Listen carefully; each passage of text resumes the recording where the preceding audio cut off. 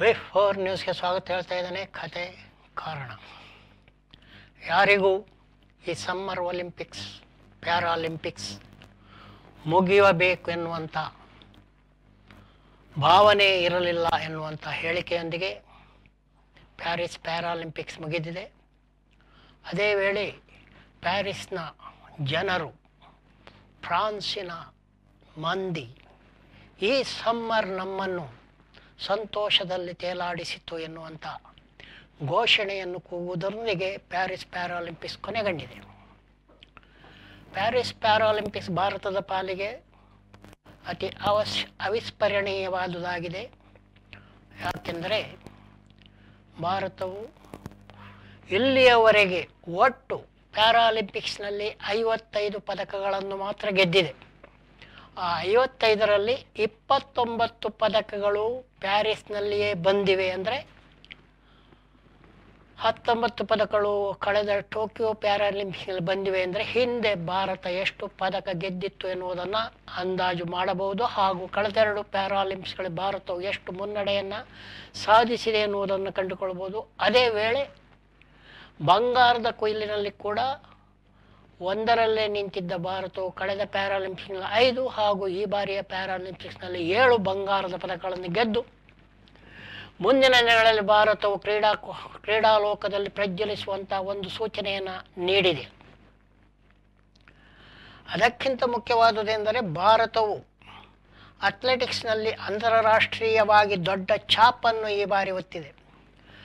ಈ ಬಾರಿ ಪ್ಯಾರಿಸ್ನಲ್ಲಿ ಗೆದ್ದಿರುವಂಥ 29 ಪದಕಗಳು 17 ಪದಕಗಳು ಅಥ್ಲೆಟಿಕ್ಸ್ನಿಂದಲೇ ಬಂದಿವೆ ಎನ್ನುವಂಥದ್ದು ವಿಶೇಷವಾದುದು.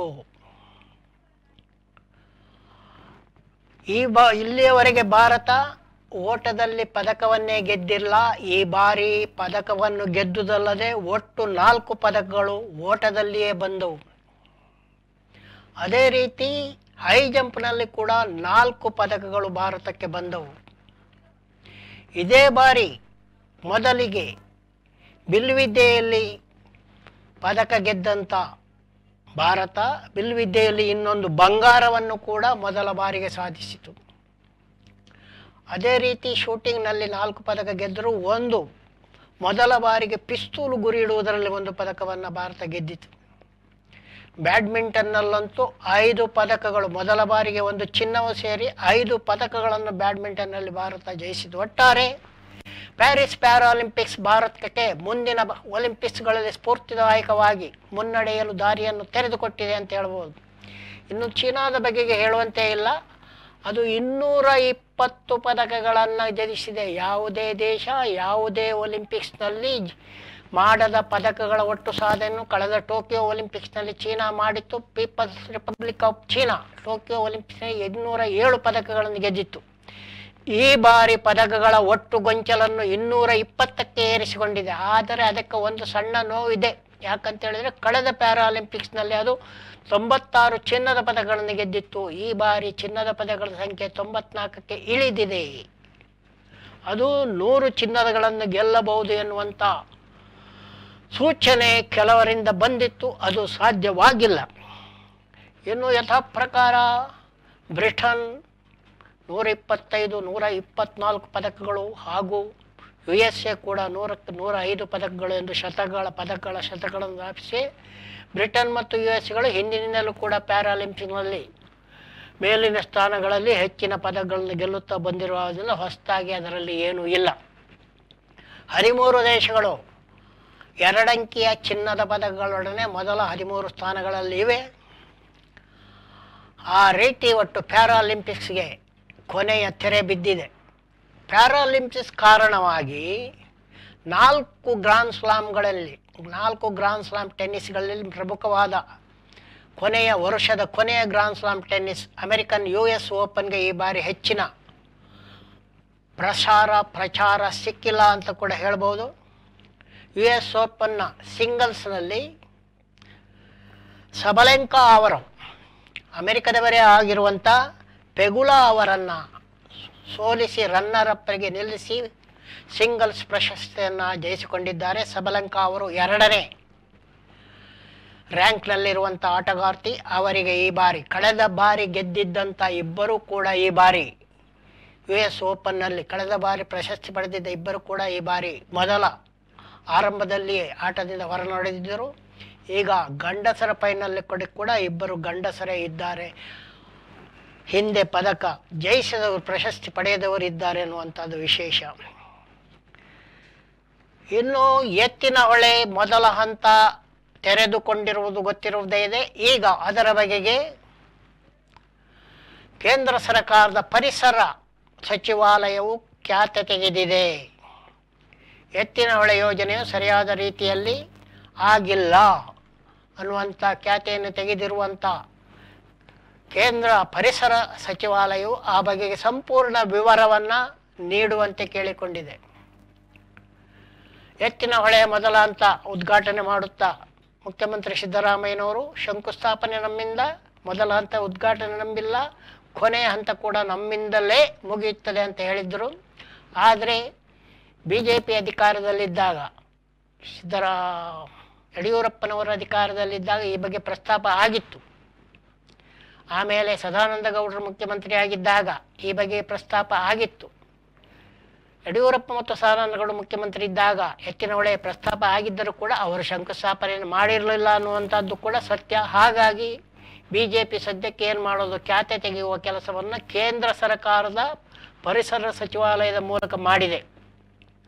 ಈ ನಡುವೆ ಮುಖ್ಯಮಂತ್ರಿ ಸಿದ್ದರಾಮಯ್ಯನವರ ಮುಡಾ ಹಗರಣದ ಪ್ರಕರಣ ಇನ್ನೂ ಕೂಡ ಕೋರ್ಟಿನಲ್ಲಿ ಯಾವುದೇ ಒಂದು ಅಂತ್ಯ ಕಾಣದಿರುವುದರಿಂದ ಆ ಬಗೆಗೆ ಡೋಲಾಯಮಾನ ಸ್ಥಿತಿ ಇದೆ.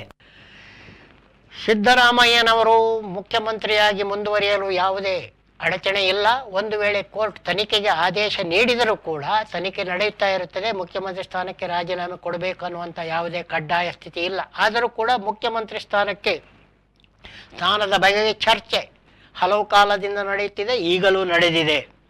ಈ ನಡುವೆ ಸಚಿವ ಸತೀಶ್ ಜಾರಕಿಹೊಳಿಯವರು ನಾನೀಗ ಮುಖ್ಯಮಂತ್ರಿ ಸ್ಥಾನದ ಬಗ್ಗೆ ಆಲೋಚನೆ ಮಾಡುತ್ತಿಲ್ಲ, 2028ರ ಬಳಿಕ ನಾನೇ ಮುಖ್ಯಮಂತ್ರಿ ಆಗಲು ಎಲ್ಲ ರೀತಿಯ ಪ್ರಯತ್ನವನ್ನು ಮಾಡುವುದಾಗಿ ಹೇಳಿದ್ದಾರೆ.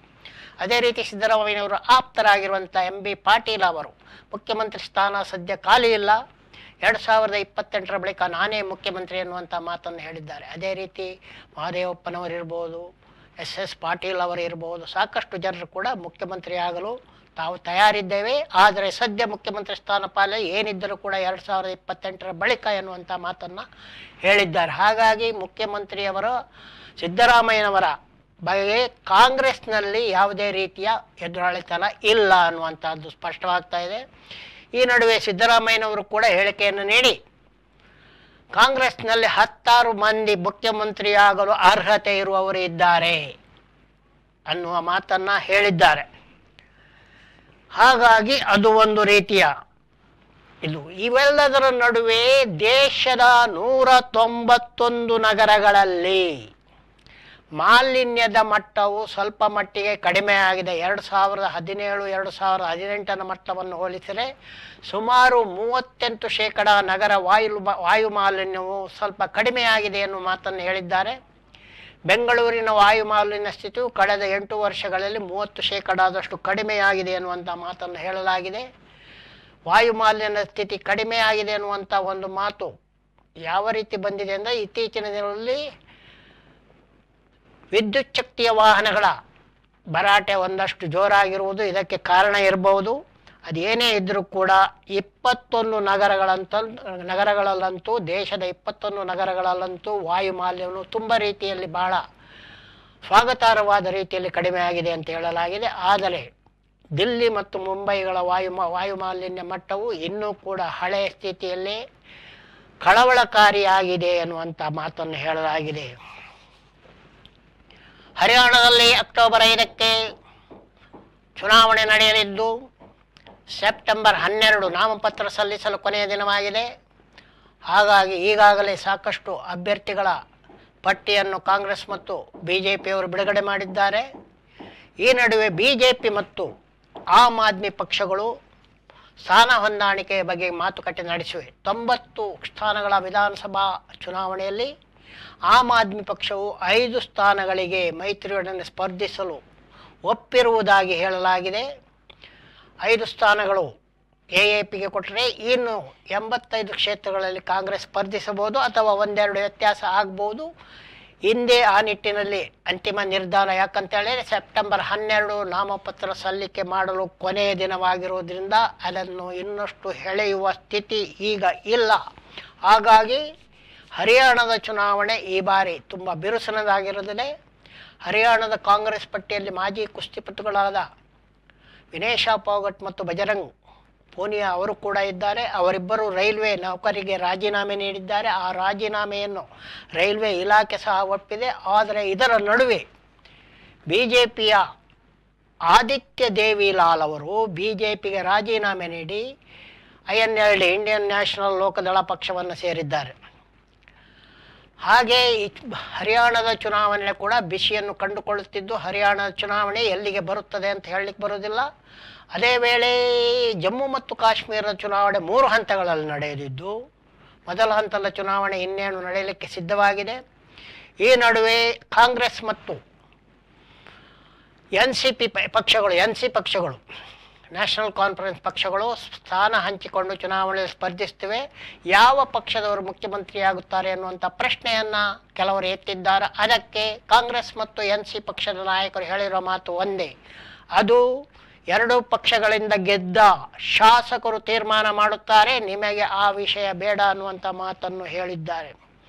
ಇದರ ನಡುವೆ ಮಣಿಪುರದಲ್ಲಿ ಗಲಭೆ ಮತ್ತಷ್ಟು ಜಾಸ್ತಿಯಾಗಿದೆ.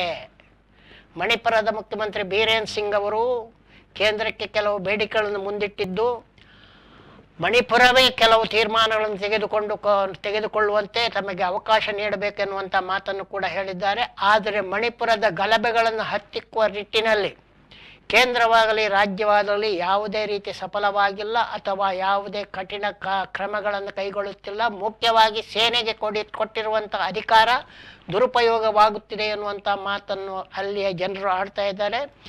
ಮಣಿಪುರ ಎಂದು ಶಾಂತವಾಗುತ್ತದೆ ಎನ್ನುವಂಥ ಪ್ರಶ್ನೆ ನಮ್ಮ ಮುಂದೆ ಇದೆ. ಇದರ ನಡುವೆ ಭಾರತದ ಸರ್ಕಾರವು ದೇಶದ ಮಣಿಪುರದಲ್ಲಿ ಶಾಂತಿ ಸ್ಥಾಪನೆಗೆ ಸಾಧ್ಯ ಆಗದೇ ಇದ್ದರೂ ಕೂಡ ಭಾರತದ BJP ಸರ್ಕಾರದ ಹಲವಾರು ವಿಭಾಗ ರಷ್ಯಾ ಮತ್ತು ಯುಕ್ರೇನ್ ಯುದ್ಧವನ್ನು ನಿಲ್ಲಿಸುವುದಾಗಿ ಅಲ್ಲಿಗೆ ಕೆಲವರು ಹೋಗಿದ್ದಾರೆ.